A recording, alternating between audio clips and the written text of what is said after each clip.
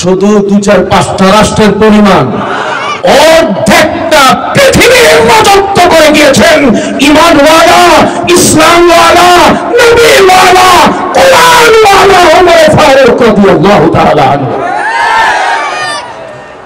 কত বছর? 10 বছর। হযরত ওমর ফারুক রাদিয়াল্লাহু তাআলা আনহুর পরে, তার শাহাদাতের পরে খেলাফতের মসনদ খালি হয় নাই। মসনদে আসছেন দেশের দায়িত্ব পালন করবার জন্য, দায়িত্বপ্রাপ্ত হয়েছেন হযরত ওসমান গনি রাদিয়াল্লাহু তাআলা আনহু। একটানা 12 বছর রাষ্ট্র পরিচালনার দায়িত্ব পালন করেছেন। কত বছর? তার মানে মুসলমানরা রাষ্ট্র চালায় নাই, সাহাবায়ে কেরাম রাষ্ট্র চালায় নাই। তাহলে আমরা রাষ্ট্রের দায়িত্ব নেয়ার জন্য এত তেলবাজিকে, যে যত বেশি দালালি করতে পারে ইহুদিদের অথবা ভিনদেশীদের, ইসলাম বিরোধীদের, দেখা যায় যে তার জন্যই বড় চেয়ার বরাদ্দ হয়ে যায় পৃথিবীতে। কথা বল ঠিক কিনা? কেন কেন? আমাদের সামনে তো চেতনার উৎস আছে।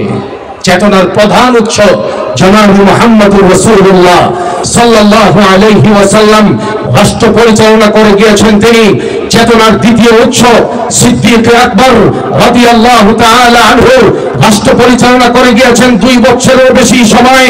চেতনার তৃতীয় উৎস ওমর ফারুক রাদিয়াল্লাহু আনহু রাষ্ট্র পরিচালনা করেছেন 10 বছরের বেশি। বীর তর্পে ঈমানি শক্তি দিয়ে হযরতে ওমর ফারুকের পরে পঞ্চম চেতনার উৎস আমাদের হযরতে ওসমান গনি রাদিয়াল্লাহু আনহু।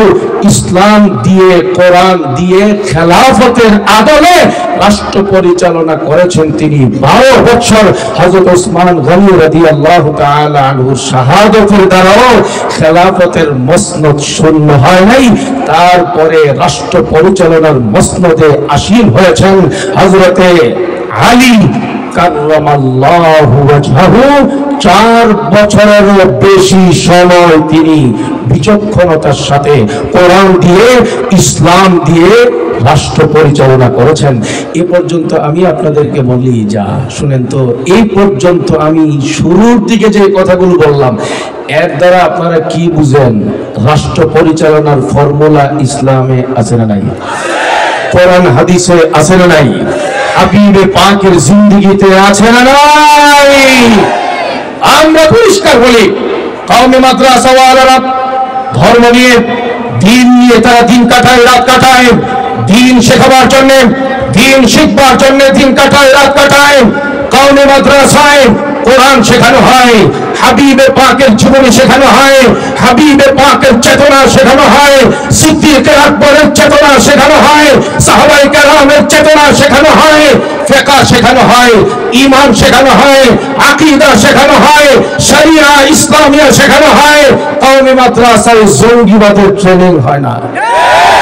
কওমে মাদ্রাসায় সন্ত্রাসী কর্মকাণ্ড পরিচালনার কোনো সুযোগ দেওয়া হয় না। কওমে মাদ্রাসায় কোরআনের হাফেজ তৈরি করা হয়, কওমে মাদ্রাসায় কোরআনের মুফাসসির তৈরি করা হয়, মুহাদ্দিস তৈরি করা হয়, মুফতি তৈরি করা হয়, ইসলামের গবেষক তৈরি করা হয়, সাহাবায়ে কেরামের উত্তরসূরি তৈরি করা হয়। কওমে মাদ্রাসার আলেম, কওমে মাদ্রাসার উস্তাদ, কওমে মাদ্রাসার ছাত্র, কওমে মাদ্রাসার দাড়িওয়ালা, কওমে মাদ্রাসার কোরআনওয়ালা, তারা ক্ষমতার বিষয় নিয়ে মাহফিলে কথা বলে না, তবে একটা চেতনা নিয়ে কওমি মাদ্রাসার উস্তাদরা চলে, একটা চেতনা নিয়ে কওমি মাদ্রাসার ছাত্ররা দিন কাটায়, রাত কাটায়। চেতনা হলো খাইতে পারলাম না পাইলাম, এটা কোনো অসুবিধা নাই। পাঞ্জাবি সেরা হতে পারে, পাঞ্জাবি পুরান হতে পারে, পায়ে জুতা না থাকতে পারে, আমার বাবা না থাকতে পারে, আমি এতিম হতে পারি, আমার ঘর বাড়ি না থাকতে পারে, কিন্তু ঈমানের ক্ষেত্রে আপোষ নাই, কোরআনের ক্ষেত্রে আপোষ নাই, ইসলামের ক্ষেত্রে আপোষ নাই।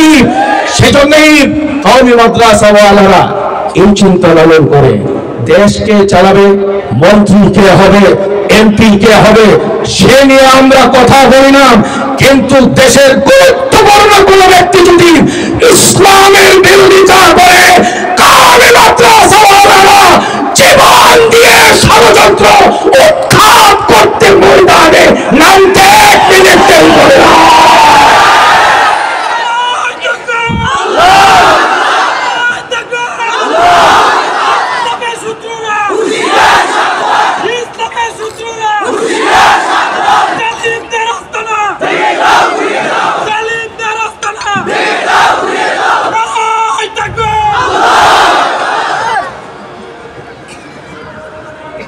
আমি আপনাদের সামনে আজকে আমার চিন্তার কিছু কথা আপনাদের সামনে রাখার জন্যই আমি শুরু করছি আলোচনাটা এইভাবে। আমার কথা বুঝতে পারতেছেন আপনারা? যদি বুঝা থাকেন এবার বলেন তো, ইসলামে রাষ্ট্র পরিচালনার ফর্মুলা আছে না নাই? এই ফর্মুলা কি ইহুদ নাসারা সাদা চামড়া লাল চামড়া ওয়ালাদের কাছ থেকে ভিক্ষা করে আনার দরকার? হ্যাঁ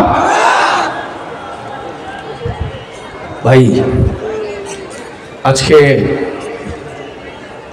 ফিলিস্তিনের কিবলায়ে উলা বাইতুল মুকাদ্দাসের নাম যখন আমাদের সামনে উচ্চারিত হয়, ফিলিস্তিনের বাইতুল মুকাদ্দাসের চিত্র যখন মিডিয়ার মাধ্যমে আমার সামনে আপনার সামনে আসে, আমার মনে হয় আওয়ামী লীগ বিএনপি কোনো ভেদাভেদ নাই, প্রত্যেকটা ইমানদারের মনে হয় চেতনায় আঘাত লাগে, রক্তক্ষরণ হয় হৃদয়ে। কথা বলে আজকে বহুদিন যাবত বাইতুল মুকাদ্দাসকে বন্ধ করে রেখেছে, জুমার নামাজ পড়তে দেওয়া হচ্ছে না।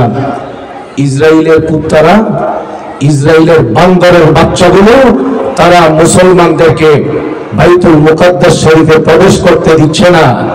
কেন দিবে তারা? কেন দিবে? তাদের শক্তির উৎস কোথায়? আমি তো মনে করি বেশি কিছু দরকার নাই।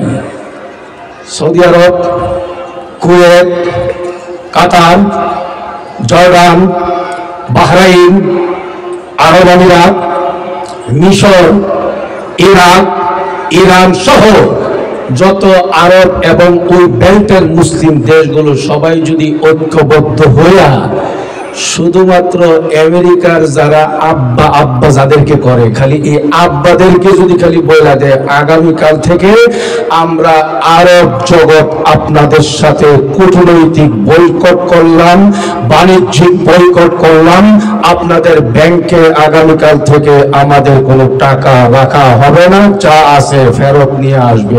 আমি তো মনে করি আন্দোলন বেশি কিছু দরকার নাই, খালি এইটুকুন সাংবাদিক সম্মেলন করে যদি ওনারা বলতে পারে, পরের দিন যদি ইউরোপ আমেরিকার যারা নেতা মামুররা আছে 110 ডিগ্রি জ্বর যদি না উঠছে, সমস্যা ওখানে না, সমস্যা আমাদের মধ্যে। কথা কোন ঠিক কিনা? আমাদের মধ্যে সমস্যাটা কি এটা একটু বোঝানোর জন্য আপনাদেরকে একটা ঘটনা শোনাইতে চাই। শোনাবো? আল্লাহ,